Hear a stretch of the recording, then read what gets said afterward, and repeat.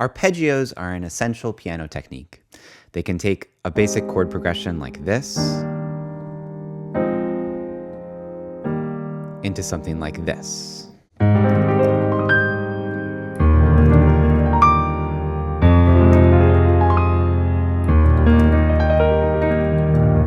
Now, it might seem like a huge leap from the first example to the second example, but conceptually, it's pretty easy to understand. There's only a few things you need to know. You will have to practice a lot. So in this video, we'll start by looking at 3 basic concepts you need to understand about arpeggios, and then I'll explain the 2 main categories of arpeggio practice that I personally have done and that I recommend to students. Here are 3 basic concepts. First, what is an arpeggio? Which arpeggios should you practice the most? And what fingering should you use for arpeggios? First, let's define arpeggios. We can use an A-flat major chord for an example. Here's the A-flat major chord.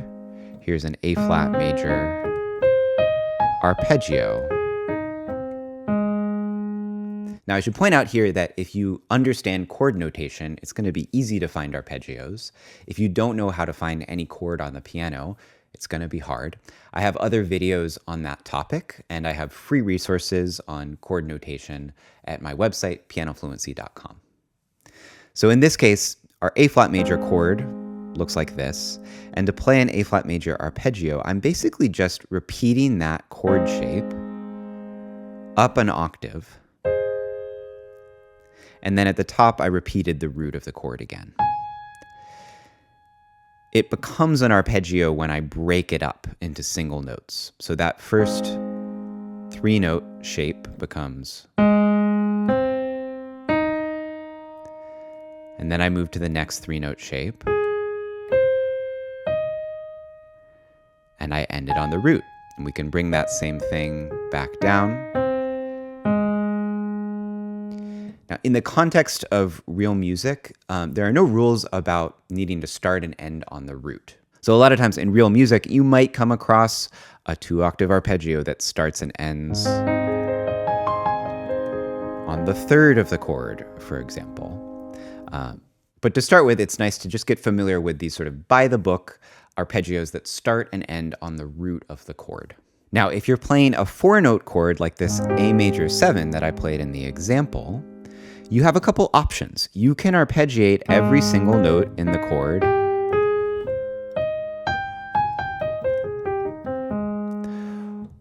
or you can also create an arpeggio with just part of the chord. This transitions well to our second basic concept. Which arpeggios should you practice the most? I'm going to recommend you focus on major and minor triads before you worry too much about arpeggiating 4-note chords.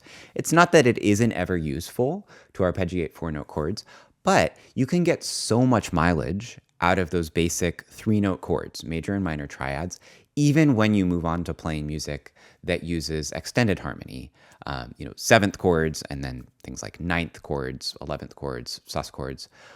All of those fancier kinds of chords typically will have some sort of triad hidden within the upper part of the chord. And that often works really, really well as a shape that you can arpeggiate up and down the upper part of the piano. So in the example that I played, the chord symbol is an A-flat major 7 chord, but I actually just took the C minor shape that's on top of the chord, and I arpeggiated that. I might have started on the 5th of the chord, because I like this fingering.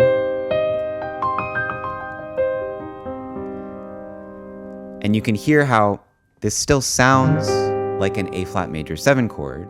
I'm actually only arpeggiating a C minor triad. And this isn't just true for major 7 chords. Minor 7 chords have a major triad hidden on top, and even much more extended chords. There are always 3-note chord shapes hidden within the upper parts of the chords. For example, if I take this B-flat major chord, well, that's also hidden in the top of a G minor 7, which is hidden on top of a E-flat major 9, which is hidden on top of a C minor 11, and then this is an A-flat major 13. And all of the chords that I just played have a B-flat major triad on top. So for all of those chords, A B flat major triad might be a nice arpeggio shape that you could use if you're trying to play a fancy flourish on top of that chord sound. So for this reason, and because always with adult students, it's good to just start simple and not overcomplicate things early on. I recommend that if you're going to start regular arpeggio practice, you just focus on major and minor triads to begin with. And finally, let's talk about fingering. As an improviser, you don't want to be married to a single fingering.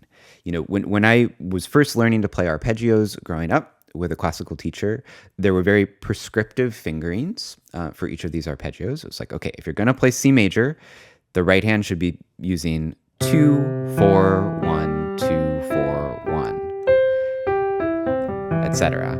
And that is a good way to play a C major arpeggio. But you're not always going to come across the arpeggio in music in a way where it's going to be practical to play it that way, especially if you're improvising.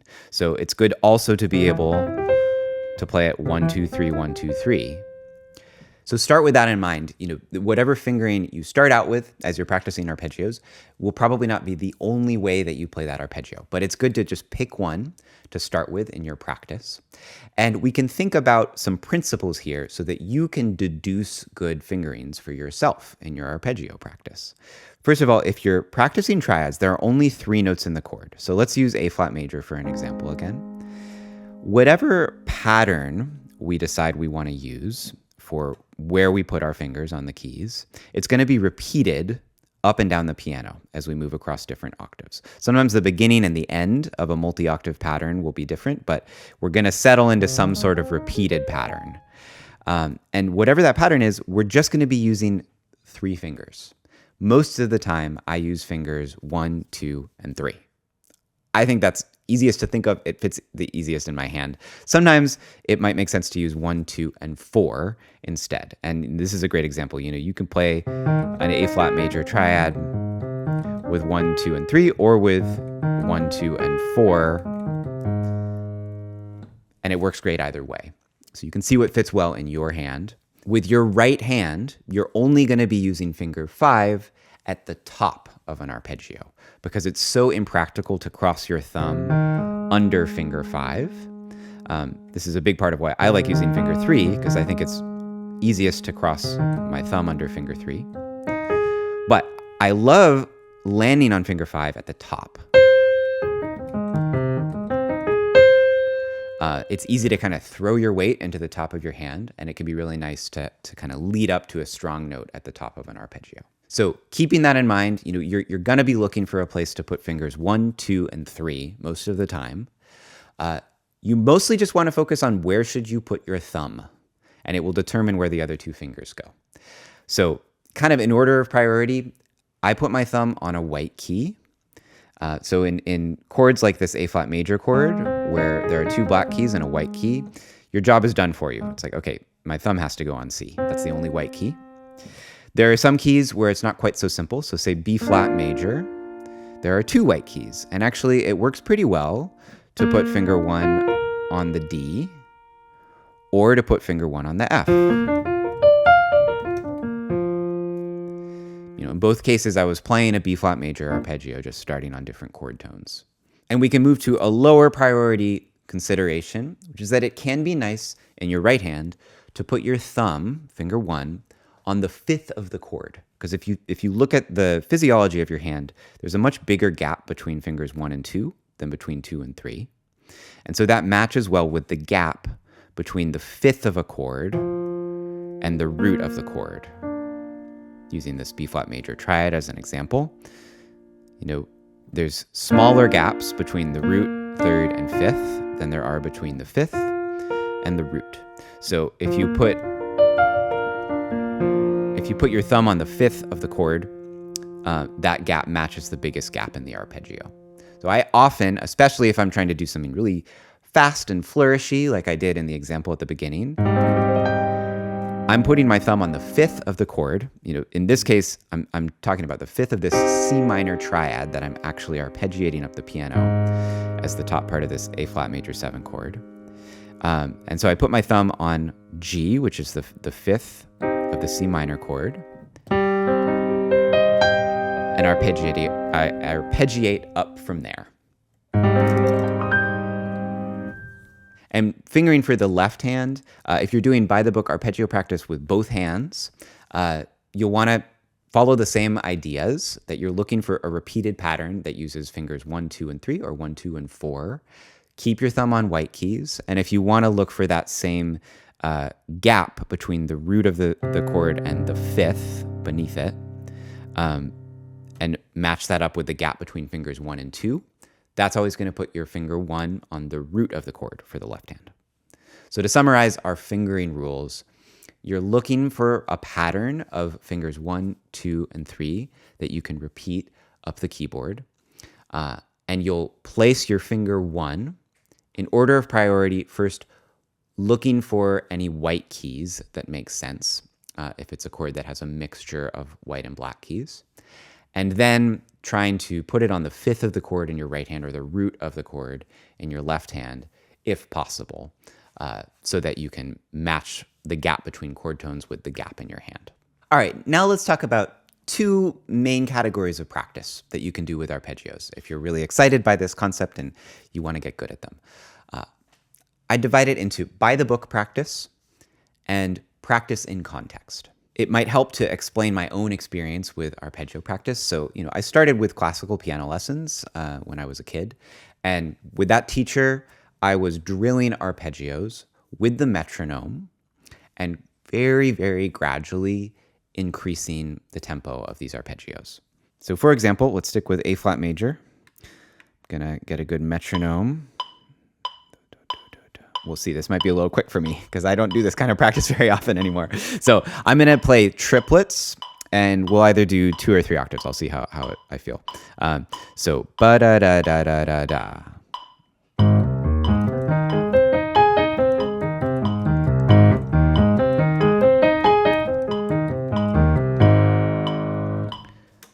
So that's the idea with this kind of by-the-book metronome practice. I'm trying to play legato in the hand, right? I'm not using any sustain pedal to link things together. And I'm using prescribed fingerings that I've chosen ahead of time. And you would want to start really, really slow. If you're new to this, instead of doing triplets, you could just put 1 click per note. And you could even go a lot slower than this. Let's see, I'm going to go down to like 60 BPM. Hand separate practice.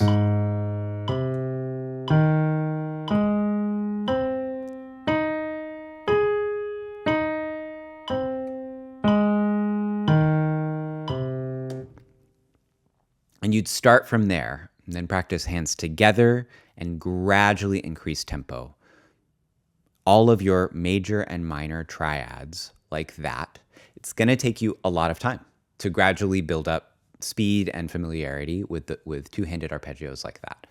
But if you like this technique, you like the way it sounds, you want to be able to pull off flashy arpeggios, that's the kind of practice you need to do. So be patient with it, take it one step at a time, and the technique will come with time. Now, going back to my own experience, I moved away from classical piano as a teenager towards learning to improvise, learning jazz music and other styles of popular music. And that introduced me to using arpeggios more as an improvisational tool, right? So they're very useful to do the kind of flourishes that I did at the beginning of the video. They're also useful just as a foundational shape that you can use when you're improvising. So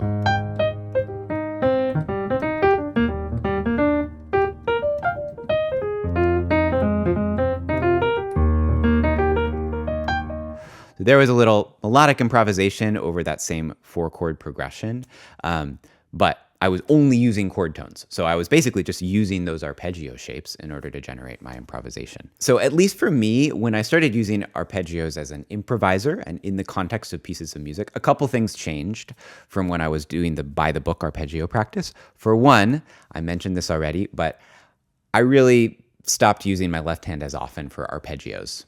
And there are a lot of amazing pianists who do play arpeggios with their left hand all the time.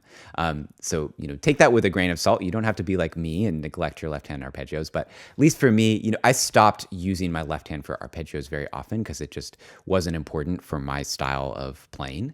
And And my right hand gradually became more comfortable using kind of specific versions of arpeggios for effects that I like. So the one that I played at the beginning of the video was an example. It's just going up. I very rarely, do this kind of up and down thing, although I might occasionally. But that triad moving up the piano as quickly as possible is kind of nice for a harp-like effect. So I'm comfortable with doing that because I end up doing that a lot of the time if I'm improvising and wanting to add that kind of effect to a chord. There are also certain things I really like doing where it fits well in the hand, like that. I'm looking for this 4-note triad shape and just going down through the thumb crossing to the root of the next triad. And you can mimic these things that I like if you're interested in them, or you can experiment with arpeggios yourself in the context of real pieces of music, and just look for places where they create an effect that you like or a sound that you like. And you will gradually become more comfortable with those shapes physically over time just by playing them in the context of real music. So if you're the kind of student who doesn't really like doing that kind of metronome by the book practice, this is good news. You don't necessarily have to do that to become more comfortable with arpeggios over time. You can just practice applying them in the context of a chord progression that you're messing around with. And a couple other things that I noticed about the way that I play arpeggios as I moved away from classical music, classical practice towards improvising. If you're using an arpeggio as an effect, it doesn't necessarily have to be legato in your hand without the use of the sustain pedal. So I rely a lot on the sustain pedal to connect between the notes of an arpeggio if I want it to go really fast and to still sound connected. So that flourish gesture that I did with that A flat major 7 chord, if I take away the sustain pedal, it's going to sound pretty messy, right? It's not necessarily super even. Like it would probably drive my classical teacher from college crazy because it's kind of all over the place and messy. And also it's not connected at all. It's very like I'm just barely hitting each of the keys. But that's actually kind of an advantage if I just want it to be this harp-like effect, because it lets me move my hand really fast across the keys and kind of let go of worrying about precision as much. It's almost more like I'm just moving from this place to this place as quickly as I can and breaking them up as I move from one to the next. And so something that sounds really janky without the sustain pedal sounds a lot better when you put the sustain pedal there and you might have some other sustain note going on. There's one other thing I want to explain from the example I played at the beginning of the video, which is that I created even more of a harp-like effect by just playing root, 5th root for each of those chords with my left hand and kind of adding that in as an extra texture with my right hand.